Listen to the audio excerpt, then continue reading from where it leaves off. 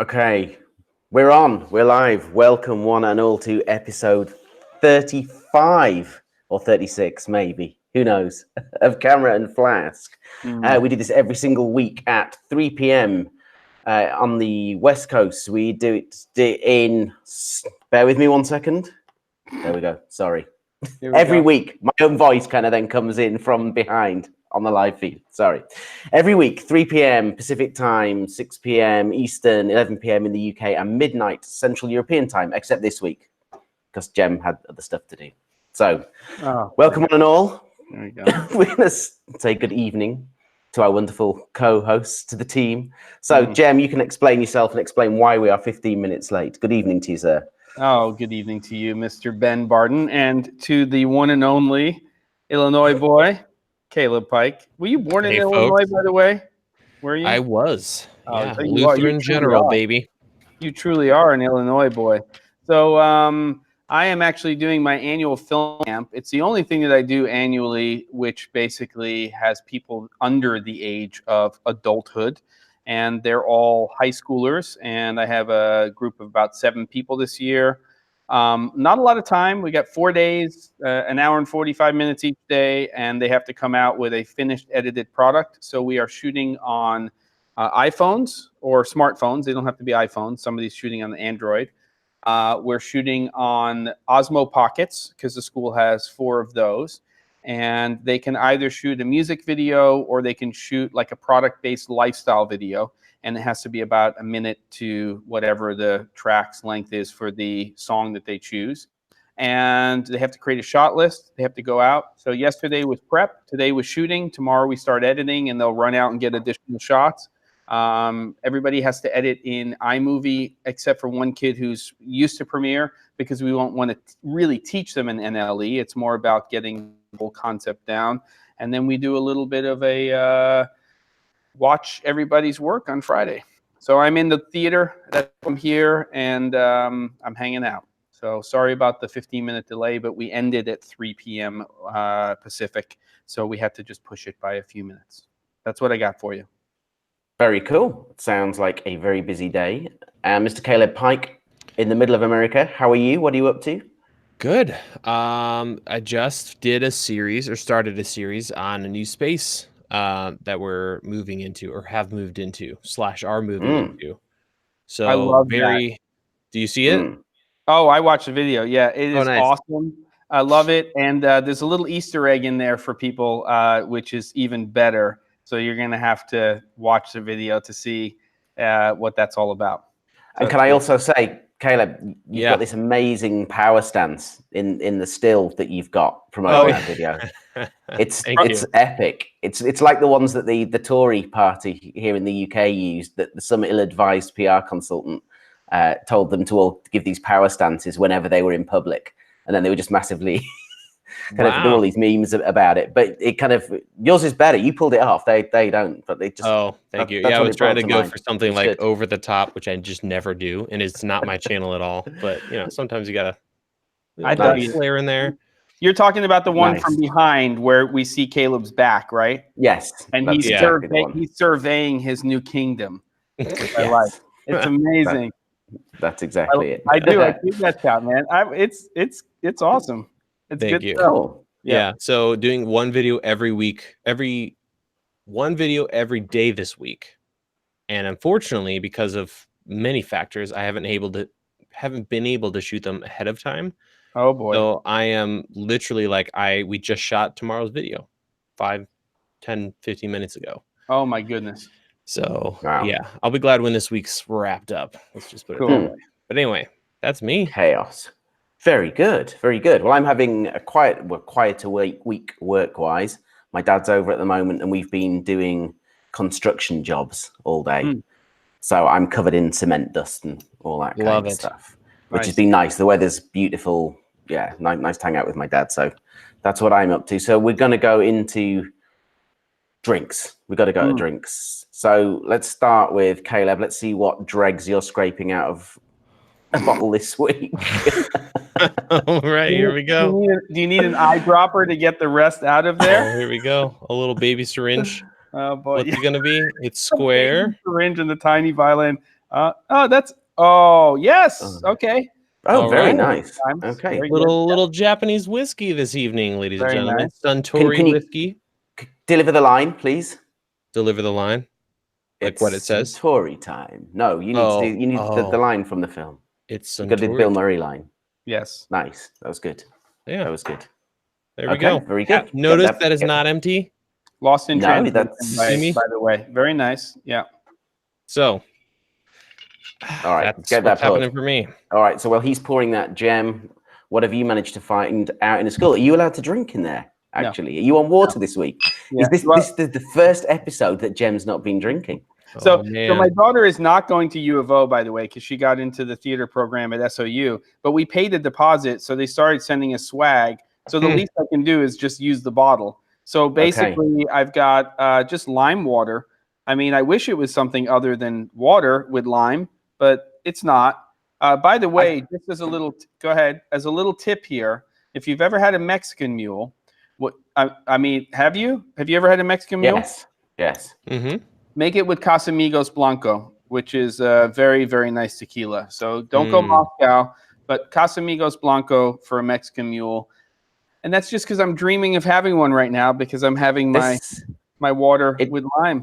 In all the years I've known you, this is maybe the first time I've ever been in your presence, actually physically or digitally, where you haven't been drinking. That's ridiculous, and that's not true at all. That's a lie. Go ahead, Ben. What are you having? That's not a lie. All right, so I'm drinking this week. I'm on beer yet again, and I'm on Starobruno Drac. This is kind of a mass-produced beer, but it's a non-pasteurized. Non-pasteurized. It's bring it towards your face. Yeah, there you go. And ooh, nice. There we go. So Drac means dragon, and it says extra Melanie Leger, which means extra hoppy lager. Ooh. So hoppy that's like going to be bitter. It's not quite IPA like. It's still more traditional European lager, but it's a good one. Okay. My local supermarket's selling this cheap. So. Wannabe Films Lost in Translation is the film that made me want to go to Japan, and I finally got to it at some point, which was great. Couple of shout outs, should we say? You guys, he's drinking without even a cheers because I'm drinking water. Ben just goes, sorry. The beer. It's unbelievable. No, to be honest, it was so that it's so I can get the rest in, and then we can do it properly. Sorry. Okay. All right. Sorry, Caleb. Obviously, Jem's not going to need to get involved in this. But. Cheers, but I have whatever. Blah Clink. blah. I had a lot of beer last night, so I'm okay. Okay. Basil Hayden whiskey, 2 splashes of soda and a lime to pull it all together. David, very nice. 4 Roses single cask. Okay, never had that one. I've had 4 Roses, but not the single cask. What else we got? I want to know. The film guy says, "Good morning, my handsome camera people." That's a little kind and creepy all at the same time. And then appreciated. No, it is very appreciated. Speaking of which, though, this week that everyone's social media feeds have been full of this. I can't remember what the app's called that ages everyone by 20 years. I haven't tried it yet, but Face app or whatever. Someone did it to me. The only difference is there's a tiny bit more gray here. I'm devastated. You should be happy. Should be happy. Yeah, you don't have to look forward to. I've been using a version of that app, like with my kids for a long time because they've been around for a long time. Like and I get on airplanes and I just like point the camera at my daughter and then I say, "Take a look." I did it to Jess on the last flight, and she almost threw my phone off the plane. Yeah, I did it to Indra this afternoon. It's that same response. Yeah, it was not. Yeah, that was a no-go. Especially when I showed her the kids. Then she really freaked out. She's like, "I don't want to see my kids as old people, creepy little wrinkly people." So that's what happened. Yeah. Okay. Anybody else we got to say hi to over here? Harrison is back. Has been off, I think, for a few weeks, and we've got some kind and creepy my person branding. Yeah, that's what kind and creepy. That's a great name for something. Kind and creepy. Good. Yeah. All right. And cheers, Dan. Nice to see you here. And also to Jago. And Jago phoned me up all in a tiz yesterday when the news broke of what we're going to talk about. So I told him to tune in and we would have the chat about it. So what is going on? It's July. It's not NAB week.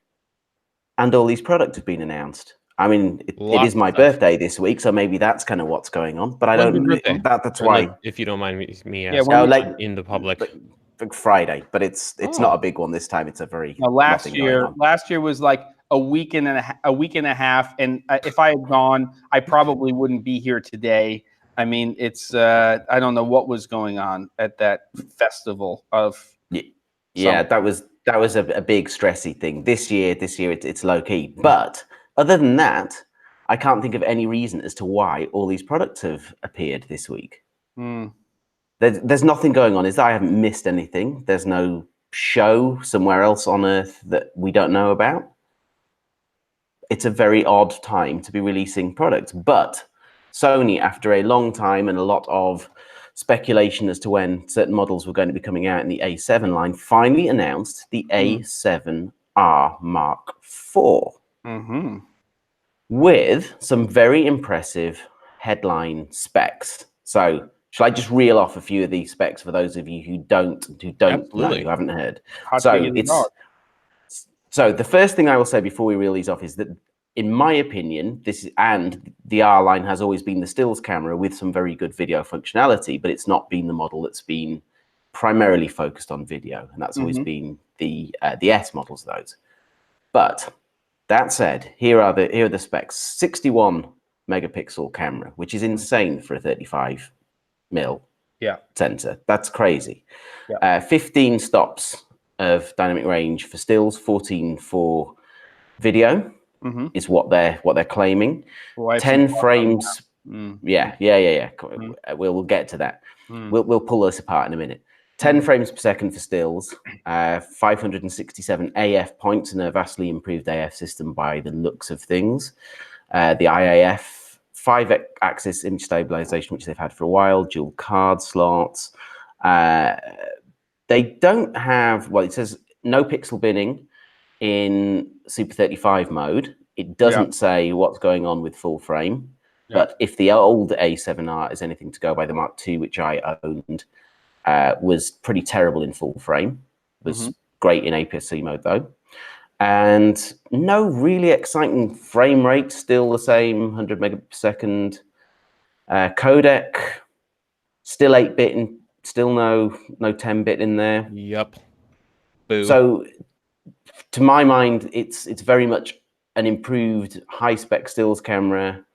Interesting as a stills photographer in that, a lot of good spec, but for video, nothing that really massively excites me. So what are your thoughts on it, Caleb? You've had a look through the spec yet, and have you ordered one? I guess. It's interesting because this is the first Mark IV camera from Sony, right? They haven't finished their Mark IIIs with the A7S. No. Do you think they will? I think the A7S III will come out. Oh yeah, they're just watching everybody else do stuff, and they're like, well, we could beat that, I guess. They're just waiting for the right time to drop. I think I could be wrong. So that's what's really curious is the A7S III going to have matched specs as the A7R4? It's just as crazy. The A7S III, it's almost like they need to spin it off as it, like, forget the A7 line and just do something like what Panasonic did with the S1H, where it's just kind of like, you know what, we're actually now, this is kind of in between our A7 III and our FS whatever, or their full frame. Why am I not thinking of it? What's their full frame camera? Cinema camera. Sony. Cinema camera? FS7? No, full frame. Venice. Venice, there it is. Yeah, Venice. It left me for a moment. Sorry about that. Yeah. I mean, it's got some cool stuff. Yeah. It's nothing groundbreaking. It feels like a little bump, you know, like that makes sense. And I don't think we should be upset from the video perspective because it's the R. It's all about resolution, and they're delivering resolution with amazing autofocus, and the frame per second count is insane. Yeah. And then there's some slight bumps for video. AF, you know, live view or whatever is cool. but Mhm. nothing like wow. Yep. Yeah. Yeah. So I just hope that 8-bit garbage doesn't translate over to the A7 S3. I just don't think it can. I don't think the way the market has moved since the last S model, that they just can't stay in the game unless they do. And I wonder if that's maybe why it's been so delayed, in that they kind of almost have a spec ready and then they go, well, we can't take this to market anymore. We got to go back to the drawing board. And I wonder if that's why we've seen this enormous delay on that camera. I think that plus ProRes RAW happening with Yes. Nikon being like, we're going to have this someday, maybe a year later, but we're going to still have it. Yeah. So, anyway. Interesting on that. So let's go back and tear down some of those specs. Jem, you were starting to squirm a little when I mentioned 15 stops of dynamic range. Well, I mean, I'll also just say, to tag on to what we're talking about with the cameras, the A7 III is a camera that we need to acknowledge and also say is probably a big reason why they can also delay, a little bit, because what they've done with that camera is they've, improved the AF system with their full frame mirrorless cameras considerably with that. I mean, they really entered into a different realm and they really started to compete with other manufacturers, specifically at the time Canon, when it comes to AF in large sensor camera systems. So to me, that was a big changeover. Is it the same with the A7 III, where it's better in crop and Super 35, or is that actually no? So it's better in full frame, actually. Right. So from that standpoint as well, you take a look at it, and when I look at this camera system in general, there's no compelling reason for you to look at that camera over, if you want to go Sony and you want to go mirrorless, over the A7 III. The A7 III to me is a much better camera for video-based applications. You're getting full frame. If you want crop sensor video right now, in essentially Super 35, then you're much better off looking at a Fujifilm camera, because you're getting much higher data rates. You're getting 10-bit, and even internally it's 10-bit 420, but it's up to 400 megabits per second. Then you've got a lot more to work with. And the shame is that they're still putting out a camera with UHD 4K at 100 megabits per second. So as soon as you start to talk about wide color gamut, wide color space, you start to talk about 14 stops of dynamic range. That's pretty much garbage at 100 megabits per second. You have to dumb down the camera to a 709 color gamut at least. And if you're going to use log, then that's to eke out some more dynamic range. So I think that they're going to have to, and hopefully they are, rethinking the actual physical shape of the camera, not in terms of changing the form factor from a mirrorless camera, but I think they're going to have to go to a slightly larger body if they want a full frame camera to do the things that we're probably expecting they're going to do with the A7S Mark III. Because if they want to get up into those higher data rates, at least 200, but hopefully getting into the 400 megabits per second and 10-bit, that's producing a lot of heat, and they're going to have to do some stuff in there. And so I'm not going to say I'm underwhelmed. I think I agree with Caleb and you that we have to look at this as Sony has a market in stills. And remember that the A7 series for them is also a big market in terms of getting into and competing with Nikon and Canon in the full frame, stills market. So yeah, but also on that they're pushing this a level further in terms of this incredible step up resolution wise, because you're now really into medium format digital territory with that. That's kind of interesting where that goes, and their own lenses. Clearly, that's been on the roadmap, so they're capable of resolving that detail, I assume. Interesting. And as from my the stills work that I do, it's an interesting piece of kit for sure.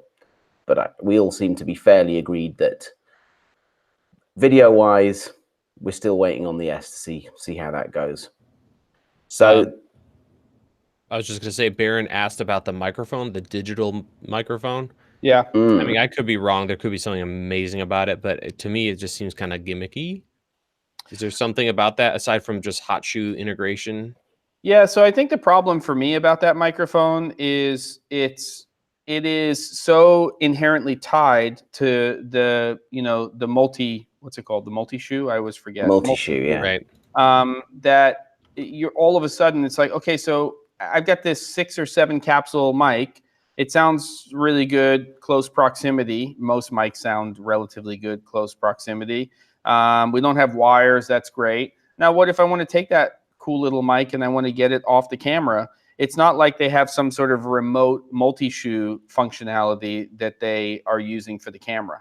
So I don't know. I'd be a lot more likely to go down the route of using a wireless transmitter and receiver, and and going a different route to getting something boomed from a distance, or just wiring that. So I think it's cool. I'm glad they're doing more audio stuff, but I'd rather they take the ECM 88 lavalier mic and actually make that terminate into a lot of wireless systems. If you guys ever seen that thing, it has like dual capsules, and you can actually rub the mic and you won't hear the audio coming into the capsule. It has like a cancellation feature, and it's like the mic that I really want really badly. That's a lav, obviously. So I'm underwhelmed as well in terms of the microphone. But we'll see where they go with that, and how far they push the multi-shoe. But there's the new XLR thing too, right? For sure. Yep. Which is that's kind of dank. 3 inputs, 2 XLRs and a 3.5. Yep. So no longer messing around with adapters. Yep. In fact, all 3. Can you? Could it work I all don't 3? see how you could. I don't think the camera is a 4-channel camera. It'd have to go into a. So it could, if you were plugging that into something like an FS7 or an FS5. But the problem with that is you already have 2 XLR inputs in that camera anyway. Right. So you're adding that other thing to get the other 2 XLRs. But yeah. Because on the picture here, I just dropped I didn't drop a link, but this is the Sony XLR K3M. Yep. It has input 1, input 2, and input 3. All with their own knobs and switches. Yeah. So the question is, how does maybe in the camera menu you choose which ones you're using? At any rate, I mean, bravo. Shame that they still didn't put a cold shoe on top of it, though. Yeah, I know.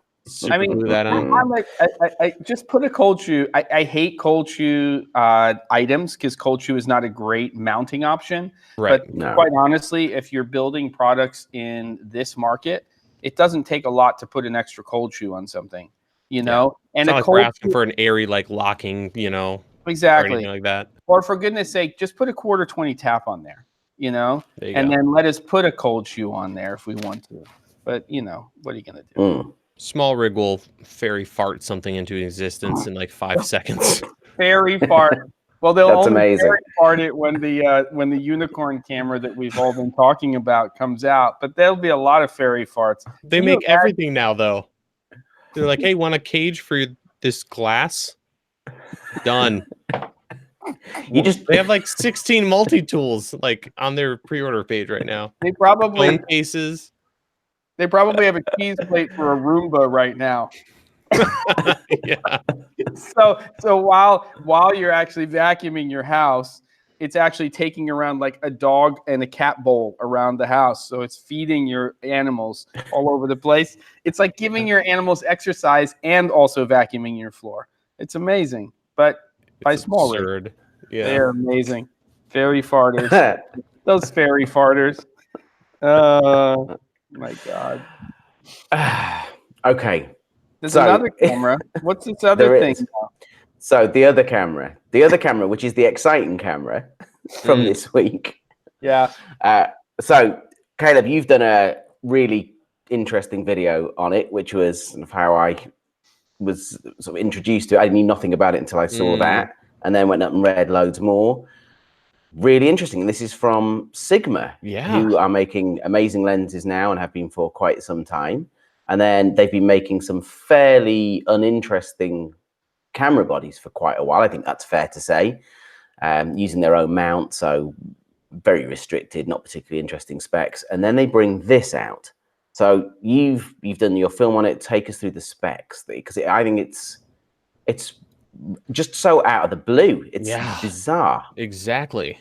That's the shocker. Yeah, so it's a very, very small, I would say probably XT3 sized without the little EVF bump. Full frame camera, fixed screen, shoots 4K up to 30, HD up to 120, Cinema DNG RAW externally. It has a USB-C 3.1 type A or whatever output. So most likely it's going to be similar to the Blackmagic in that it'll spit out and record to an external SSD.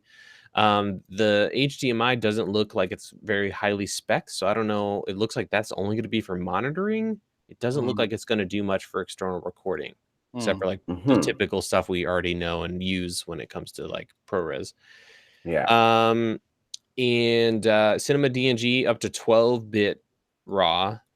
We don't know. It does internal all-eye, kind of probably similar to what the XT3 and GH5 are doing, but it could be at a lower data rate. So it has the all-eye long GOP. 10-bit internal? We don't know about 10-bit or Chroma yet. So that could be 8-bit 422, 420, or awkward combinations. We don't know. The specs are very confusing because it actually lists kind of the internal and external specs more or less the same, without really explaining what's going on with that. So if you just skim the spec, it looks like it's going to do 8, 10, and 12-bit internal at some point. Which and they mentioned they have so many asterisks in the specs, like that'll be a firmware update, firmware update, firmware update. It has a really cool feature where it's going to be like a director's viewfinder. So you can like, it has all these like different cameras up to like Alexa LF, where you can just punch that in and record and do stills and like run around with this tiny thing. That's really cool. Heat wise, it has, I don't know why someone hasn't thought of this yet, but heat sinks have fins and they're always internal, but they decided to put those fins outside of the body, but still have it weatherproof or dust and splash proof. I like the look of it. It looks, it looks really cool.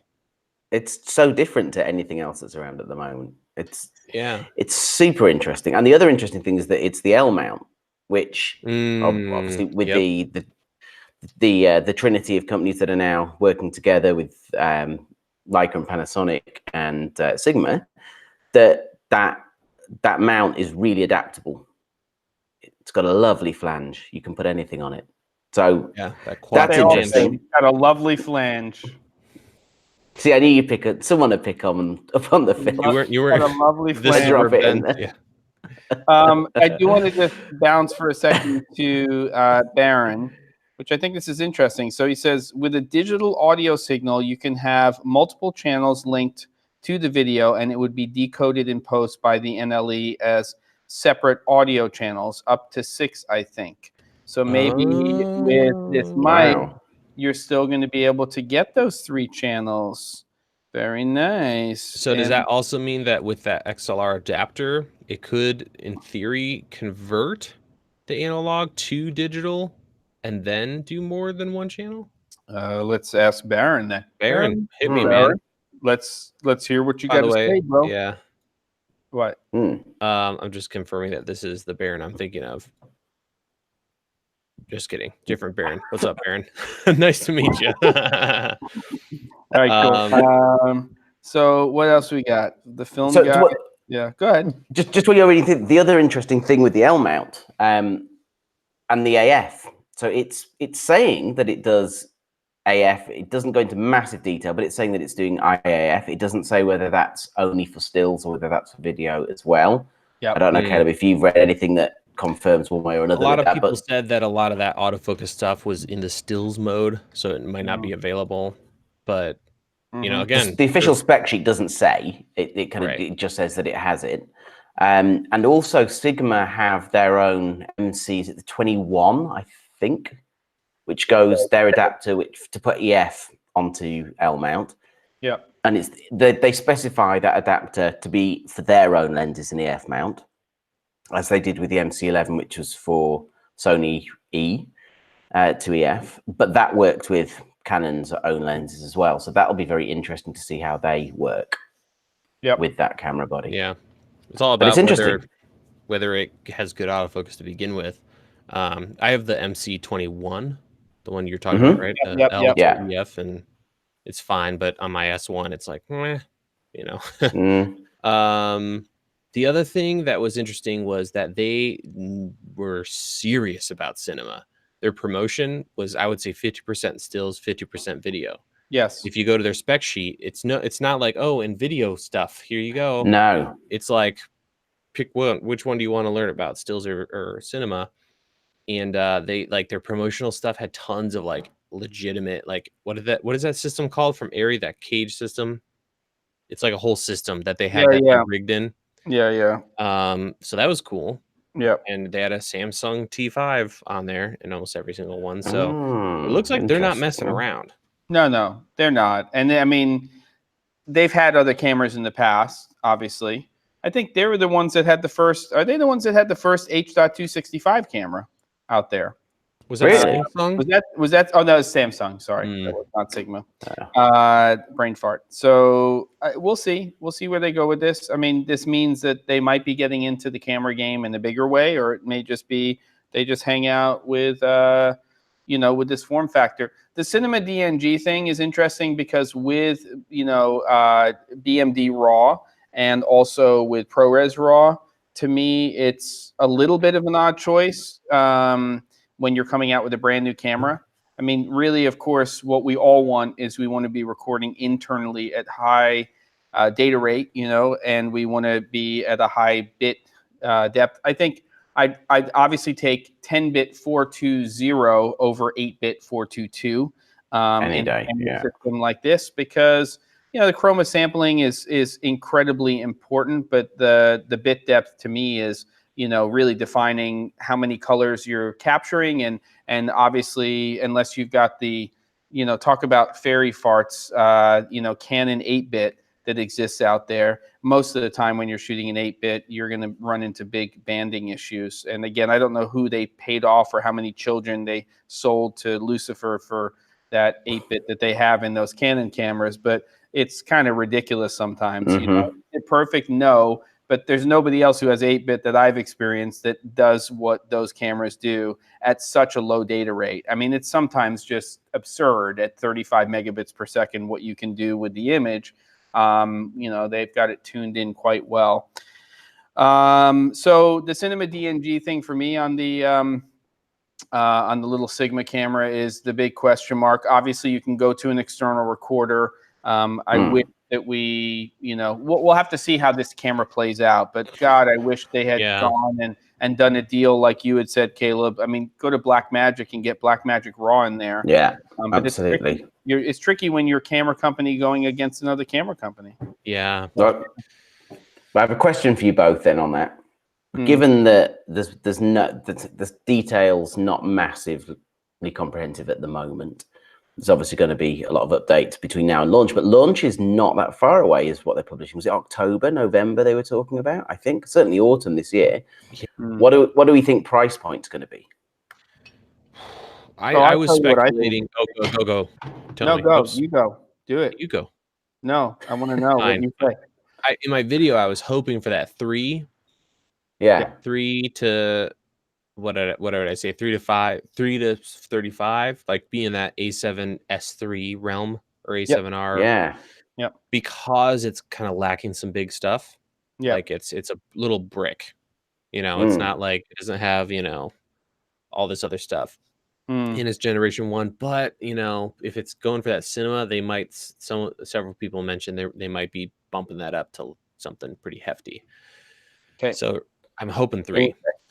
But yeah, I see a lot of chatter out there on the interwebs about them pricing this to compete with the large cargo pants pocket camera from Blackmagic, the 4K. That's exactly what I think. Yeah. And my guess is absolutely not. I'm in the same place that Caleb is on this. It's a full frame camera. Let's remember, it's not a smaller chip camera. And if they want to compete in the market, they can't sell that camera at $5,000.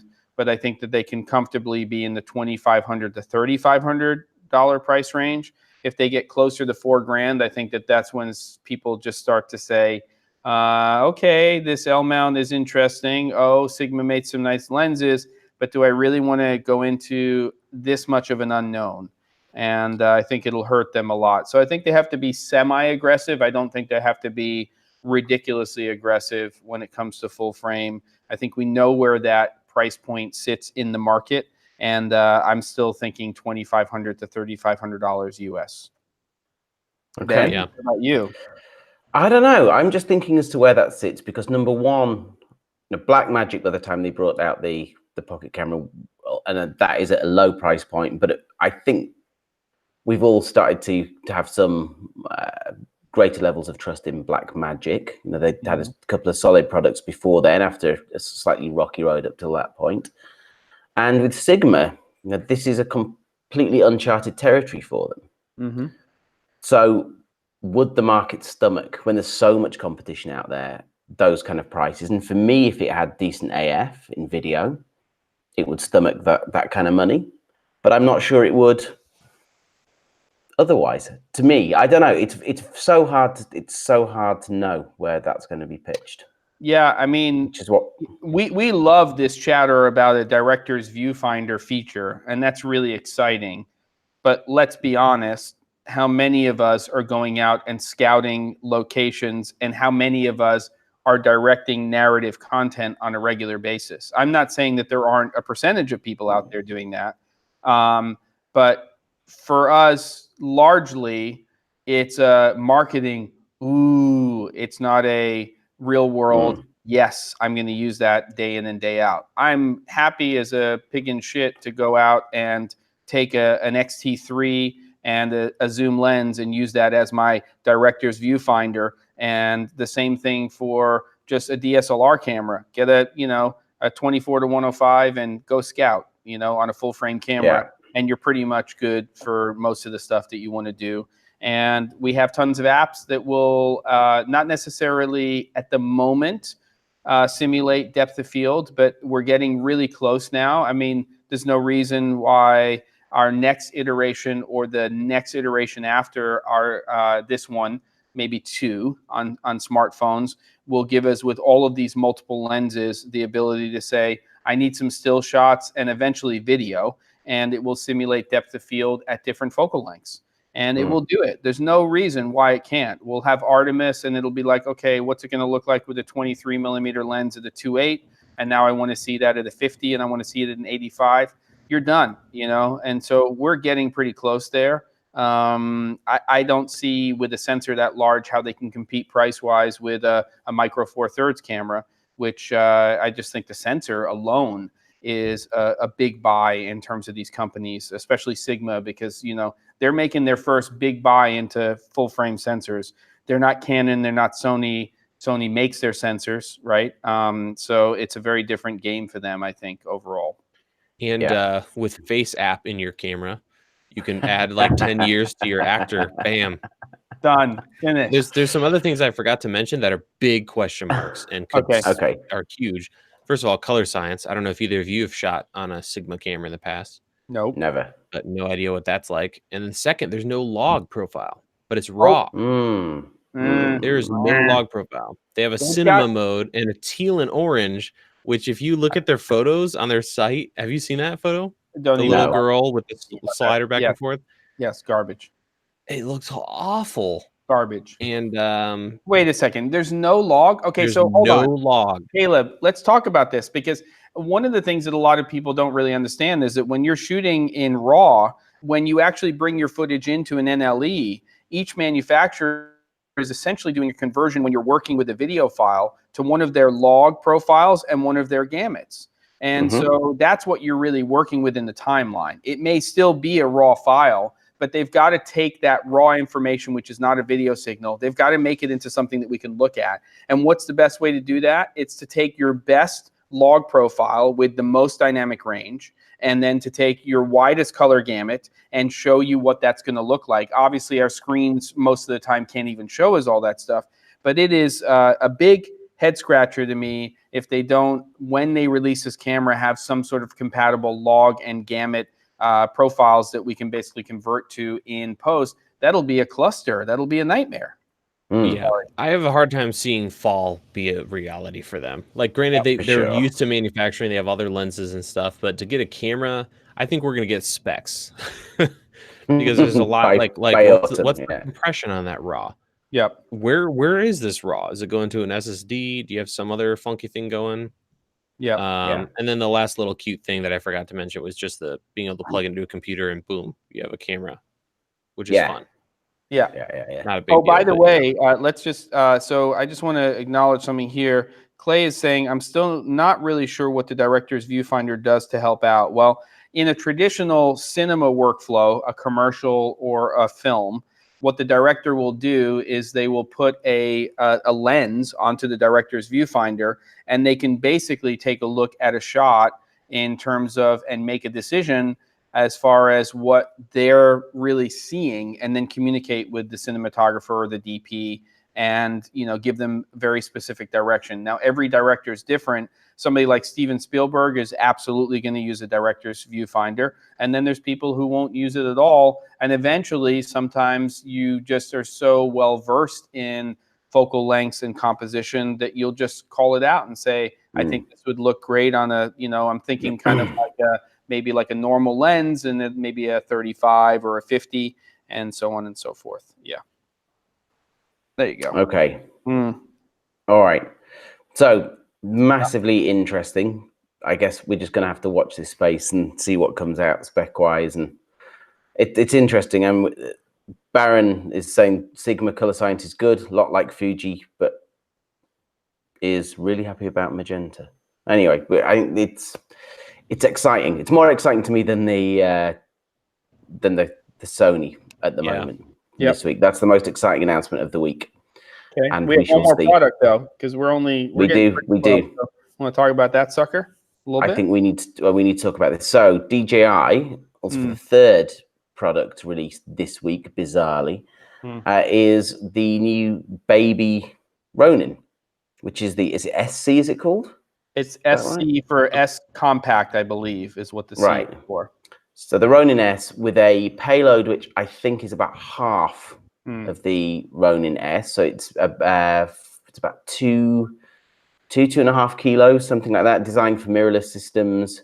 The Ronin S has copped a lot of flack for its enormous weight, and it is quite an unwieldy thing to handle. I've not used one on a job, but I've played around with one.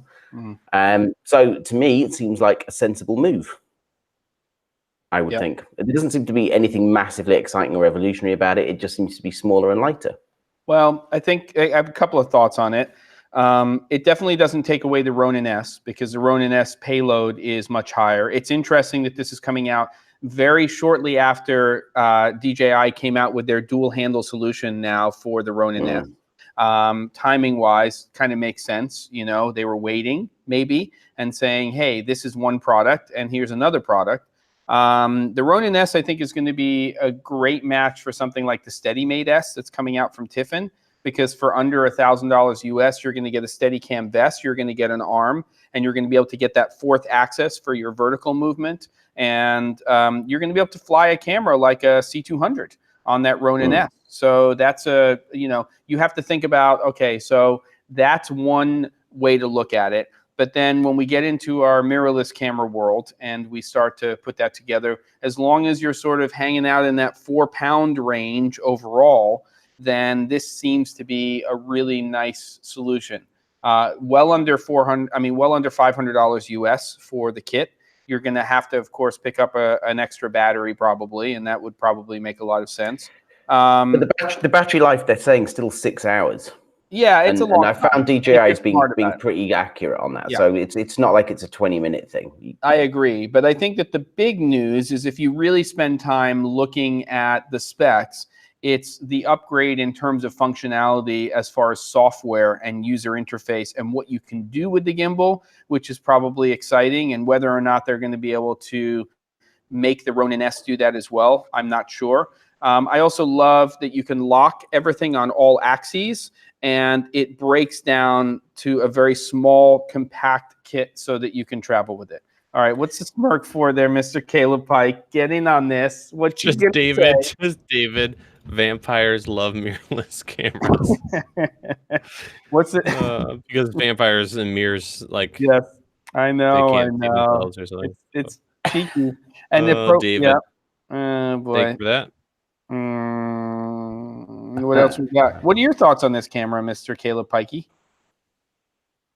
You mean the gimbal? I mean, sorry, the gimbal. The gimbal with the mirror camera. I don't know what I'm talking about. I'm drinking. He's not a drink. Look at him. I'm excited water. about that You Steadicam understand? thing, like a product from Steadicam that's under $1,000 and has like everything. That's crazy. It's And amazing. then it's great. Yeah. I love it. I think I don't use gimbals much. But I could see like with the vest, that could be pretty interesting for like, you know, a very affordable in the grand scheme of things. Quick shot would be awesome.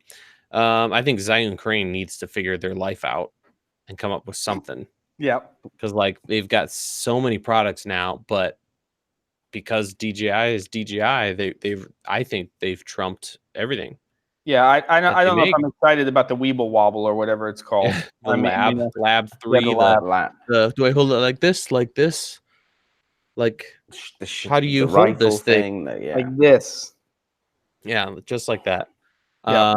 So they're gonna have to come up with something that's really out there, because you can no longer in today's age put down like lockable access for travel as a spec, you know. Yeah, no, I know. Yeah. That's not the big selling that's true. point, but it's good that they're yeah, exactly. So hopefully someone keeps up competition. Yeah. Okay. Cool. Good. Well, at that point, we have hit 1 a.m. where I am. Yes. Which is our out.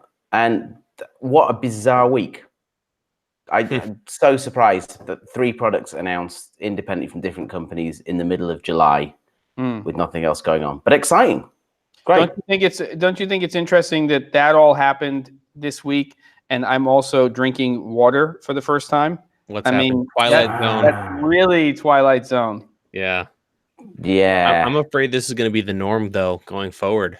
Why? Really? Where every month there's like mega news. Oh, Megan. No, I thought you mean Jem was going to like come next week and go, I've had an intervention. I'm not. Yeah. And I'm out. There's no intervention. You know, it'd be really weird is if next week Caleb has a half a bottle as well. That's also kind of Twilight Zone. Let's just be honest, okay? Unbelievable. That's the second week in a row he's had more than half full bottles. Yes, it's all getting a little strange. People can change. The world's falling apart. Yeah. Jim and I will start growing hair again. Yeah. Can you imagine that? That's just outrageous. Face app. Yeah. All right. Okay, amazing. So good night to you both. Thank you very much, all of you, for joining in the chat. And this has been a really interesting talk. Some really interesting products this week. And been great getting all of your guys' take on it as well. So thank you very much, as always, for joining us. It's always amazing. So both of you, anything you'd like to say to take us out? Caleb, first. Yeah, Caleb, go. People, we did it again. Every single Wednesday we've been doing this, and it's been a joy, a pleasure. So. I agree. So if you haven't already, those who are new, and I feel like we have a couple of new people here, and that was a blast chatting with you. Hit subscribe and hit that bell, just a little, and then every single week you can join us here, which would be a blast. So thank you so much for joining us. It was a blast, so much fun. Yes, Jem. Love having you guys. I also do another episode every Wednesday morning, which drops at 9 a.m. Pacific on this channel, but we always do Camera and Flask. Love you guys, and it's always great to have people in the chat. It's what makes doing these live streams fun. I get to hang out with 2 of my besties, and I also get to talk about gear, and there's, you know, we got some characters here for sure. So thank you so much for coming by, and thank you, Ben, for steering the ship this week. Caleb will be up next week, and we'll come up with a topic, and it should be fun. So all the best. Take care. Excellent. Love it. Good night Love to you one everybody. and all.